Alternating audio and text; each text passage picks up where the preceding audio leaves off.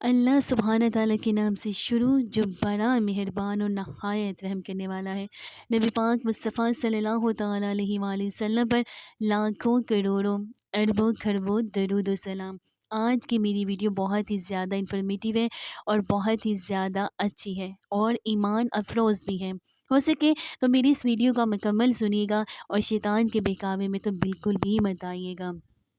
عراق میں جب دو صحابہ کرام کی قبر کھولی گئی تھی، یہ اس کا واقعہ ہے۔ 1932 میں عراق میں جب دو صحابہ کرام رضوان اللہ علیہم اجمعین کی قبور میں پانی داخل ہوا اور ان کے مزارات کو انہی کے حکم سے منتقل کیا گیا تھا۔ عراق کا بادشاہ ملک فیصل گہری نیند میں تھا۔ اس نے ہوا میں دیکھا کہ کوئی اس سے کہہ رہا ہے، ہم رسول اللہ صلی اللہ تعالیٰ علیہ وآلہ وسلم کے دو صحابی دریائے دجلہ کے کنارے دفن ہیں۔ دریا کا رخ تبدیل ہو رہا ہے، پانی ہماری طرف بڑھ رہا ہے۔ حضرت حذیفہ یمان رضی اللہ تعالیٰ عنہ کی قبر مبارک میں پانی آ چکا ہے، جبکہ حضرت جابر بن عبداللہ رضی اللہ تعالیٰ عنہ کی قبر میں ابھی نم ہونے لگی ہے۔ ہمیں یہاں سے نکال کر دریا کے کنارے سے کچھ فاصلے پر دفن کیا جائے۔ عراق کے بادشاہ نے یہ الفاظ ہوا میں سنے، لیکن ان کی طرف پھر کوئی توجہ نہ دی۔ دوسری رات بھی پھر یہی الفاظ انہیں سنائی دیے، لیکن اس نے اب بھی توجہ نہ دی۔ لیکن جب تیسری رات کو یہ خواب عراق کے مفتی اعظم نوری السعید پاشا کو دکھائی دیا، انہوں نے اسی وقت وزیر اعظم کو ساتھ لیا اور بادشاہ کی خدمت میں پہنچ گئے۔ جب انہوں نے بادشاہ سے اپنا خواب بیان کیا تو بادشاہ چونکا اور بولا، یہ خواب تو میں نے بھی 2 بار دیکھ چکا ہوں، میں نے بھی اس خواب کو 2 بار دیکھا ہے۔ اب انہوں نے مشورہ کیا۔ آخر بادشاہ نے مفتی اعظم سے کہا، پہلے آپ قبروں کو کھولنے کا فتویٰ دیں، تب میں اس خواب کے مطابق عمل کروں گا۔ مفتی اعظم نے اسی وقت قبروں کو کھولنے اور اس میں سے مقدس اجسام کو نکال کر دوسری جگہ دفن کرنے کا فتویٰ جاری کر دیا۔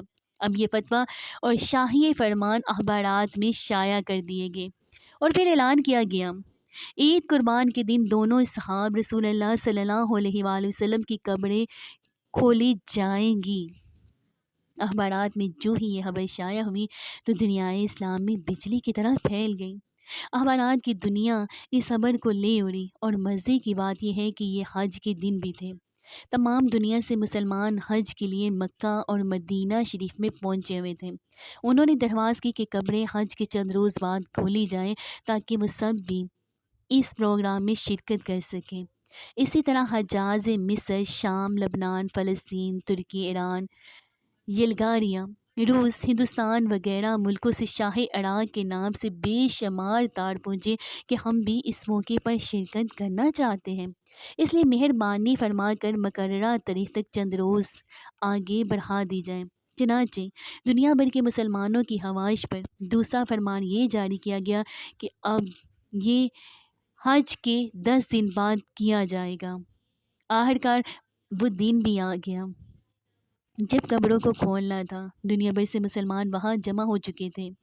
پیر کے دن دوپہر 12 بجے لاکھوں انسانوں کی موجودگی میں ان 2 قبروں کو کھولا گیا۔ حضرت حذیفہ بن یمان رضی اللہ تعالیٰ عنہ کی قبر میں کچھ پانی آ چکا تھا، جبکہ حضرت جابر بن عبداللہ رضی اللہ تعالیٰ عنہ کی قبر میں ابھی نمی پیدا ہو چکی تھی۔ اگرچہ دریائے دجلہ وہاں سے 2 فرلانگ دور تھا۔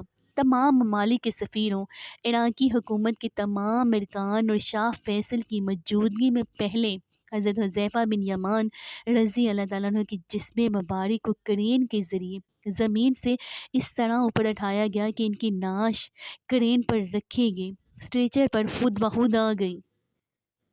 سبحان اللہ۔ اب کرین سے اسٹریچر کو الگ کر کے شاہ فیصل، مفتی اعظم، وزیر جمہوریہ ترکی اور شہزادہ فاروق عہد مصر نے اسٹریچر کو اپنے کندھوں پر اٹھایا اور نہایت احترام کے ساتھ ایک شیشے کے تابوت میں پھر سے رکھ دیا۔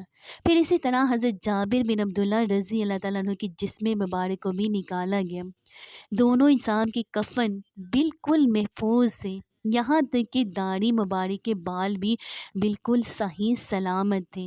انسان کو دیکھ کر قطعاً یہ احساس تو نہیں ہوتا تھا کہ وہ 1300 سال پہلے کی ہے۔ یہ اجسام 1300 سال پہلے کے قبروں میں محفوظ ہے۔ بلکہ یہاں تو یوں گما گزرتا تھا کہ انہیں وفات پائے ابھی مشکل سے 2-3 گھنٹے ہی ہوئے ہوں گے۔ سب سے عجیب بات یہ ہے کہ دونوں کی آنکھیں کھلی ہوئی تھیں۔ ان میں اس قدر تیز چمک تھی کہ دیکھنے والے ان آنکھوں میں آنکھیں ڈال کر بھی نہ دیکھ سکے۔ بڑے بڑے ڈاکٹرز یہ منظر دیکھ کر دنگ رہ گئے۔ ان مقدس اجسام کو مزار سیدنا سلیمان فارسی رضی اللہ تعالیٰ عنہ کے پاس منتقل کر دیا گیا۔ اور پھر سچ ہی کسی نے کہا ہے کہ محمد کی غلاموں کا کفن میلان نہیں ہوتا۔ بے شک ایسا ہی ہے۔ اگر آپ کو میری ویڈیو اچھی لگی تو پلیز اس کو لائک کریے گا اور میرے چینل کو سبسکرائب کیجیے گا۔ ہو سکے تو اس ویڈیو کو دوسروں کے ساتھ بھی شیئر کیجیے گا۔ اس سے ایمان تازہ ہوتا ہے، دل کو سکون ملتا ہے۔ اور میں دعا کرتی ہوں کہ آپ جہاں کہیں رہیں ہمیشہ ہنستے مسکراتے رہیں، سدا شاد و باد رہیں۔ اللہ سبحانہ تعالیٰ نے ہمیں ایمان والی زندگی عطا فرمائی ہے۔ اللہ سبحانہ تعالیٰ ہمیں ایمان پر موت بھی عطا فرمائے۔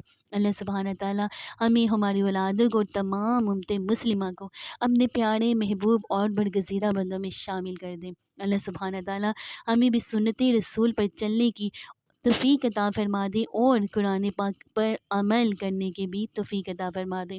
آمین ثم آمین یا رب العالمین۔ مجھے بھی اپنی دعاؤں میں یاد رکھیے گا۔ ملتی ہوں میں پھر آپ کے ساتھ نیکسٹ ویڈیو میں، فی امان اللہ۔